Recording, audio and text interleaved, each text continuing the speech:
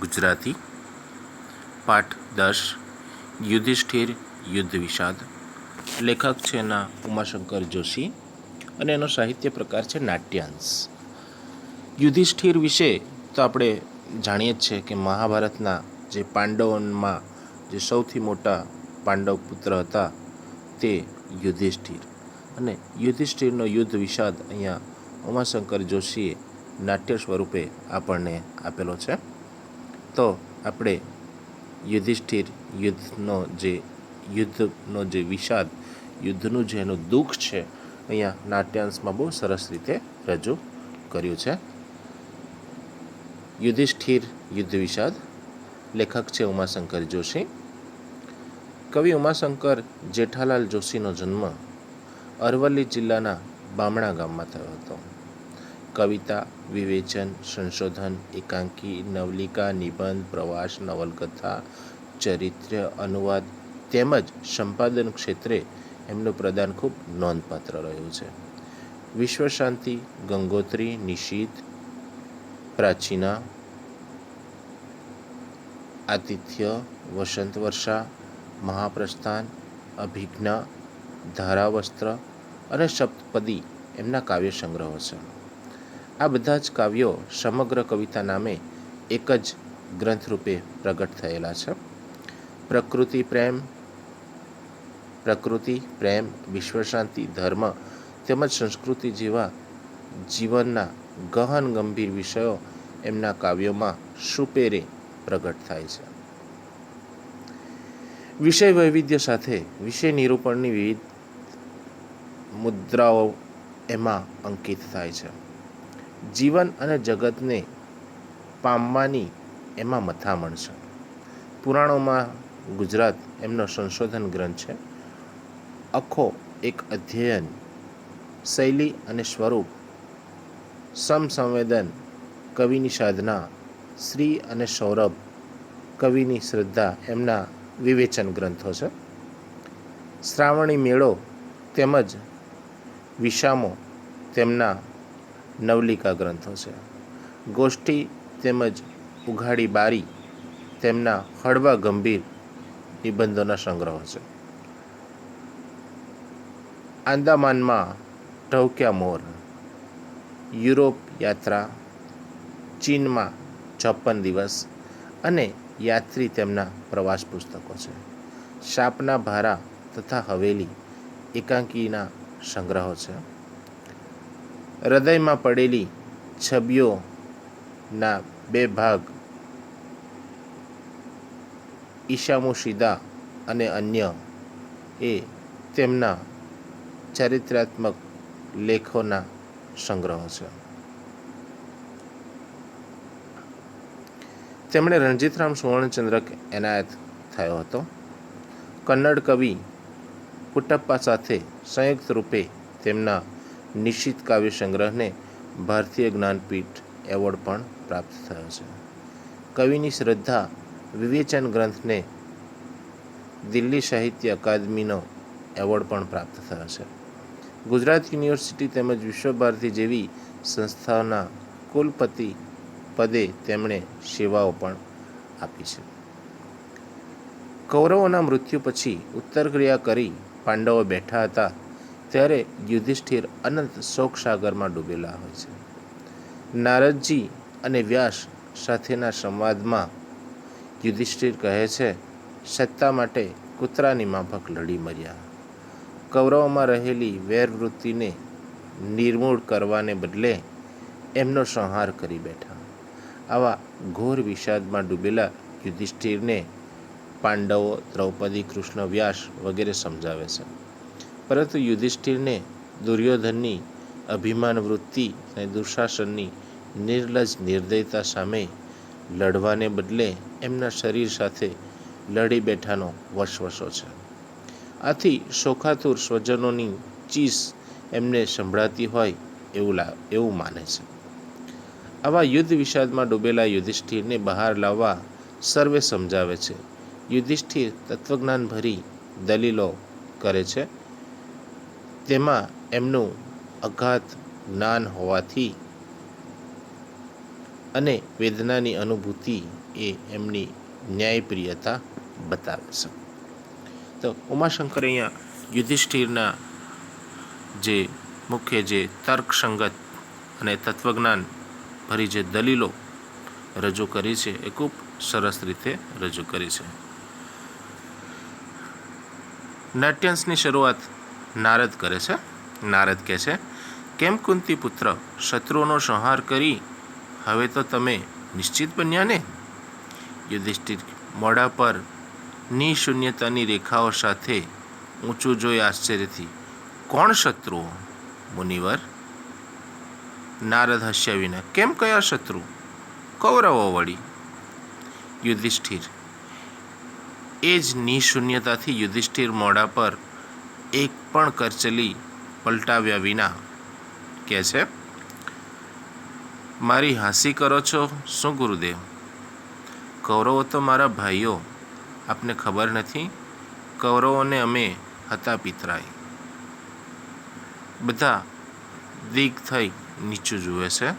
દ્રૌપદીની ને ભીમની દ્રષ્ટિ એક થતાં બંને આડું જોઈ સ્મિત કરે છે. નારદ કહે છે, સંયમપૂર્વક ટીખળ ખાડીને, હા એટલું હું ન જાણું? વ્યાસ બધી વાતને વાળી લેતા હોય એ રીતે લપેટી લેવા. ક્રિયા કરતી વખતે ભય ખરા, પણ સમરાંગણમાં તો શત્રુ હતા ને? સમરાંગણ એટલે યુદ્ધનું મેદાન. યુધિષ્ઠિર શૂન્યતામાંથી ઝબકી ઉઠે છે. મોઢા પરની કરચલીઓના રંગ પલટો સ્વપ્નભંગના ચિત્રો જેવો દેખાઈ આવે છે.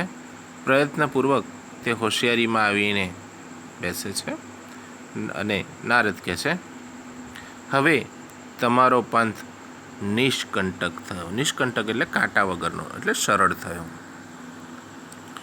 યુધિષ્ઠિર કહે છે, બધા પોતાની તરફ તાકી રહ્યા છે એના ભાન વિના બોલે છે, હા કાંટો પગમાં બેઠો એટલે તેને શાંતિથી કાઢવાને બદલે જોર અજમાવીને ભાગી નાખ્યું, એટલે અંદર જ હવે ભરાઈ બેઠો. રસ્તા પરથી કાંટા જરૂર ગયા, પણ શરીરમાં ઘર કરી વસ્યા. નારદ કહે છે, કેમ પૃથા પુત્ર? પૃથા એટલે પૃથ્વી. કુંતાનું બીજું નામ પણ પૃથા છે. પૃથાનો પુત્ર એટલે કે યુધિષ્ઠિરને કહે છે, કેમ પૃથા પુત્ર? વેરીઓના મૂળ રહી ગયા હોય એમ તમને લાગ્યા કરે છે? યુધિષ્ઠિર કહે છે, રહેવાની વાત ક્યાં, ઊંડા ઉતર્યા છે. એમના લોહીના સિંચનથી વેર નિર્મૂળ થવાને બદલે ઉલટું દઢ થયું છે. નારદ કહે છે, હવે કૌરવોનો વિનાશ થયા પછી તો તમે એ વેર વૃક્ષને સરળતાથી ઉખેડી શકશો ને? યુધિષ્ઠિરને શાંત જોઈ, યુદ્ધમાં તમને જય મળ્યો એથી જુઓ ને, અમારો બધાનો તો હરખ માતો નથી. તો યુધિષ્ઠિર કહે છે, જય? જય કેવો? જય એટલે કે જીત. જીત કેવી? ભગવાન મસ્કરીમાં વિજય કહેતા હો તો બરાબર છે, મને તો આ વિજય પરાજયથી પણ આકરો લાગે છે. ને સૌ કંપી ઉઠે છે. નારદ, બીજા કોઈની બોલવાની હિંમત ચાલતી નથી. આ શું બોલો છો? યુધિષ્ઠિર કહે, 12 વર્ષ વનવગડામાં અથડાયા, હવે કોણ જાણે કેટલા વર્ષ કાઢવાના હતા. છેવટે ભીખ માગીને ગુજારો કરત, પણ પોતે જ પોતાના હાડમાંસ ખેંચી કાઢવાની ગેલછા ન કરી હોત તો કેવું સારું. દ્રોણ, પિતામહ, ધૃષ્ટદ્યુમ્ન ગયા, દ્રૌપદીના 5 પુત્રો ગયા, ને કર્ણ એને શુદ્ધ પુત્ર કહેતા આ જીભ કપાઈ કેમ ન પડી? અમારા મોટા ભાઈના પણ અમે ન રહ્યા. કેટલાનું લોહી રેડ્યું. લોહીના રંગથી રંગેલી રાજલક્ષ્મી જોઈ મને કંપારી આવે છે. એ યુધિષ્ઠિર બહુ સરસ રીતે પોતાનો વિષાદ રજૂ કરે છે કે લોહીમાં બધા લોકોને મારી નાખ્યા, અને આ રીતે લોહીથી ખરડાયેલી રાજલક્ષ્મી જોઈ અને મને કંપારી આવે છે. આવું રાજ્ય જોઈને મને કંપારી આવે છે. નારદ કહે છે, અરે રાજલક્ષ્મીને તો તમે રાતથી ઝંખ્યા કરી છે, ને આજે આ શું બોલો છો? વનમાં, રણમાં, મહેલમાં બધે તમે તેના જ સ્વપ્ન સેવતા. યુધિષ્ઠિર કહે છે, ભૂલ થઈ ગઈ. કહું છું 1000 વાર ભૂલ થઈ. માંસને માટે કૂતરા લડવાડ કરે છે એમ અમે લડી મર્યા. નારદ કહે, તો લડ્યા વગર તે કાંઈ આકાશમાંથી તમારે માટે રાજપાટ ઉતરી આવવાનું હતું? યુધિષ્ઠિર કહે છે, તો એના વગર ચાલત. આજે આ ભીષણ હત્યાકાંડ પછીની સમૃદ્ધિ કરતાં વનની વિટંબણાઓ લાખ રીતે સારી હતી. નારદ કહે છે, તમે તમારી જ દ્રષ્ટિએ વિચાર કરો છો કે નાના ભાઈઓને ધ્યાનમાં લો છો ખરા? યુધિષ્ઠિર કહે છે, એમણે મારે માટે ઘણું કર્યું છે, સહ્યું છે. એમને રાજ ભાવતું હોય તો ભલે. આ રહ્યું રાજ, ખાય પીએ ને મજા કરે. હું તો એમને કહું છું કે ઉઠ ધનંજય, આ બધાને છોડી ત્યાગી જીવન ગાળી કલેવર છોડી. કલેવર એટલે શરીર છોડ્યું. અર્જુન કહે, જોઈ લ્યો આ અનુપમ કાયરતા. ભૂત ભાવિમાં આનો જોટો નહીં મળે.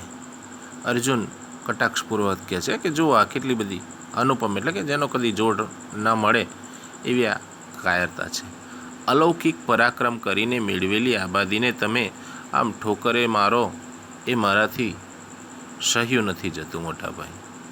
આટલું યુદ્ધ કરીને મેળવેલી જે રાજલક્ષ્મી છે એને તમે ઠોકર મારો એ મારાથી સહન નથી થતું. યુધિષ્ઠિર, એ તારા મારા પરાક્રમોનું જ આ રાજમુકુટ પર કલંક લાગ્યું છે.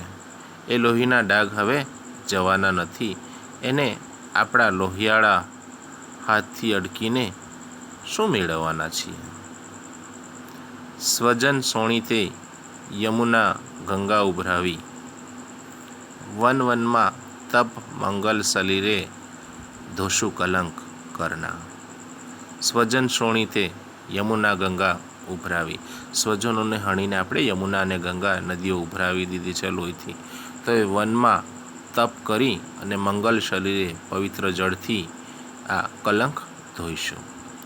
અર્જુન કહે છે, યુધિષ્ઠિર વાત મૂકતા નથી એટલે સહેજ નરમ પડીને 12 વર્ષ વન વેઠ્યું તે ઓછું છે.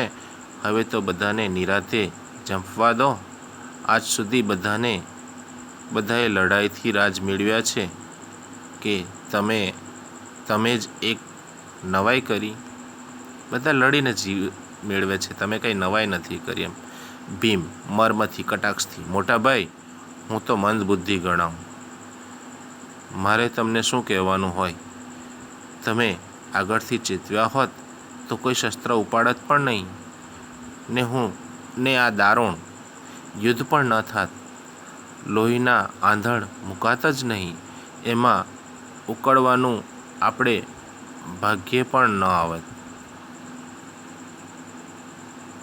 અમને શી ખબર કે તમારી ક્ષમા ને શાંતિની વાતો આટલે ઊંચે પાથરી ડાળીએ જઈ પહોંચશે. અને યુધિષ્ઠિર આ સાંભળીને બિલકુલ મર્મથી અસ્પૃષ્ટ રહીને કહે છે, મર્મથી એટલે કે આ જે યુધિષ્ઠિરને ભીમ કટાક્ષપૂર્વક કહે છે તેનાથી અજાણ રહીને કહે છે, હજી ક્યાં મોડું થયું છે?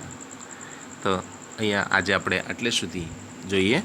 આવતા વિડીયોમાં આપણે અહીંયાથી આગળનો પાઠ જોઈશું. સરસ મજાના સંવાદ છે યુધિષ્ઠિરના અને પાંડવોના, નારદ તેમજ વ્યાસ મુનિના. તો આપણે આવતા વિડીયોમાં અહીંયાથી આગળ જોઈશું.